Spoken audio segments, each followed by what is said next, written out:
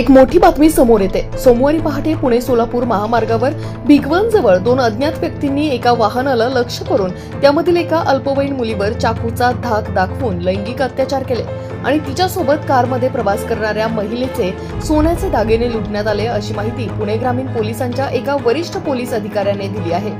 या प्रकरणात पुणे ग्रामीण पोलिसांनी भिगवणजवळ सशस्त्र दरोडा आणि लैंगिक अत्याचाराच्या गुन्ह्यात हव्या असलेल्या संशयितांचा व्यापक शोध सुरू केला। दौंड पोलीस ठाण्यातील पुणे ग्रामीण पोलिसांचे अतिरिक्त पोलीस अधीक्षक गणेश बिरादार यांच्या मते पुणे जिल्ह्यातील 3 कुटुंबातील 7 जण पहाटे 4:15 वाजता पुण्याहून सोलापूरकडे जात होते, तेव्हा चालकाने चहापानासाठी रस्त्याच्या कडेला गाडी थांबवली होती। त्यावेळी 2 अज्ञात पुरुषांनी धारदार शस्त्रांनी कारजवळ येऊन एका महिलेचे सोन्याचे दागिने लुटले। या हल्ल्यादरम्यान एका पुरुषाने अल्पवयीन मुलीला ओढून नेले आणि तिच्यावर लैंगिक अत्याचार केला। पुणे ग्रामीण पोलिसांच्या दौंड पोलीस ठाण्यात भारतीय न्याय संहिता कलम 64, 309(6), 351(2), 3(5) आणि लैंगिक गुन्ह्यापासून मुलांचे संरक्षण 4 आणि 6 आणि शस्त्रास्त्र कायदा कलम 4, 25 अंतर्गत पुढील तपासासाठी गुन्हा दाखल करण्यात आलाय। दरम्यान पुणे ग्रामीण पोलीस संदीप सिंग गिल यांनी आरोपींना पकडण्यासाठी स्थानिक गुन्हे शाखेच्या अधिकाऱ्यांसह अनेक पथके तयार केली आहेत। हॅलो, सोनवणे साहेब बोलतोय? हो, शरद दादा सोनवणेच बोलतोय। हा सर, सर नमस्ते। एपीआय महांगडे बोलतोय, भिगवण पोलीस स्टेशन। काय नाव म्हटले? एपीआय विनोद महांगडे। एपीआय विनोदजी बांगडे। हा सर। साहेब, हा काय प्रकार घडला? माझ्या तालुक्यातले कुटुंब आहे ते हो हो, सांगतो सर, सांगतो।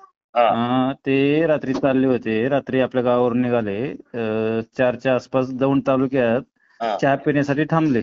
4च्या आसपास चहा पित असताना 2 जण आले, 2 इसम।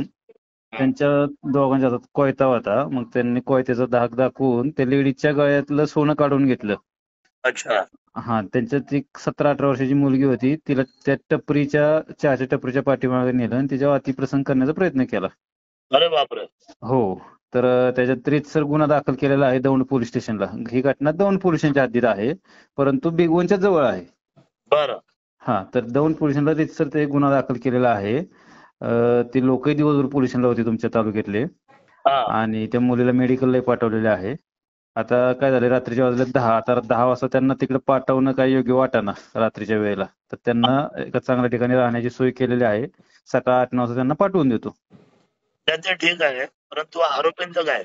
आरोपींचा सकाळपासून शोध चालू आहे। स्वतः एसपी साहेब आले होते, ऍडिशनल साहेब होते, एलसीबीची टीम होती पूर्ण, आमचे बरेच अधिकारी होते त्याच्यात। स्वतः एसपी साहेब येऊन बसले होते सकाळपासून। तर आरोपी लवकर, महाराष्ट्राच्या संस्कृतीवर घाला आहे।